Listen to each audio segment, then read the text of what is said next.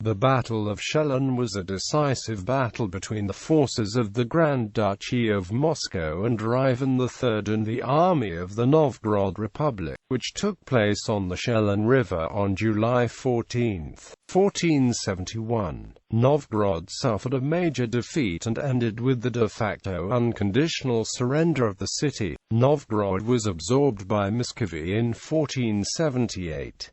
Background: the clash between the Muscovy and the Novgorod Republic was a continuation of the conflict between them going back into the late 14th century. This particular episode was caused by Novgorod's violation of the Treaty of Yaz-el-Batsi signed between Grand Prince Vasily II and the Novgorodian delegation headed by Archbishop of Fomy II. In particular, the treaty limited Novgorod's ability to conduct its own foreign affairs and gave the Grand Prince of Moscow more control over the city. When the Novgorodians turned to Poland-Lithuania for help in limiting Moscow's growing power, Ivan III and the Metropolitan accused them not only of political treachery, but of attempting to abandon Eastern Orthodoxy and go over to the Catholic Church. A draft treaty between Novgorod and the Grand Duke of Lithuania and King of Poland, Casimir IV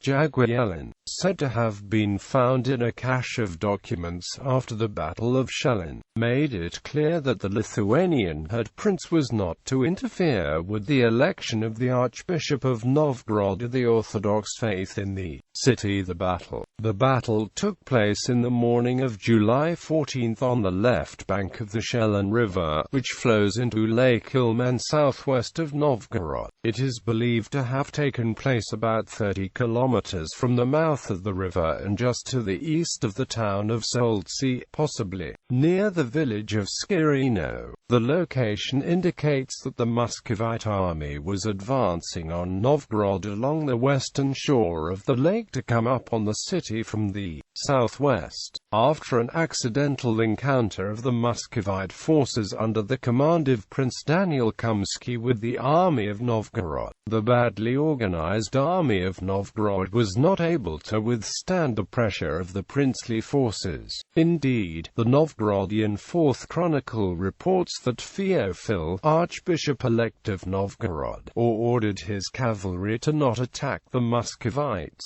but only the Muscovian forces, thus limiting the room to maneuver. The Battle of Shelon lasted for 2 hours and ended with Novgorod's defeat. According to Muscovite sources, more than 12,000 Novgorodians were killed during the battle and the subsequent pursuit. Some 2,000 men were taken prisoners. It is, however, difficult to say how accurate these figures are, as the size of the Novgorodian army at this time are almost impossible to determine, and the number seems quite high given that the city of Novgorod itself probably had a population of only about 40,000 people, although the army could have been drawn from the rural population as well. That being said, the numbers may have been inflated to add to the Grand Prince's prestige and cast Novgorod in an even worse light. Aftermath. On July 24, Ivan III executed the Novgorodian commander, Dmitry Isaakevich Boretsky, one of the Boretsky clan which, led by Marfa Boretskaya, had championed the city's opposition to Moscow.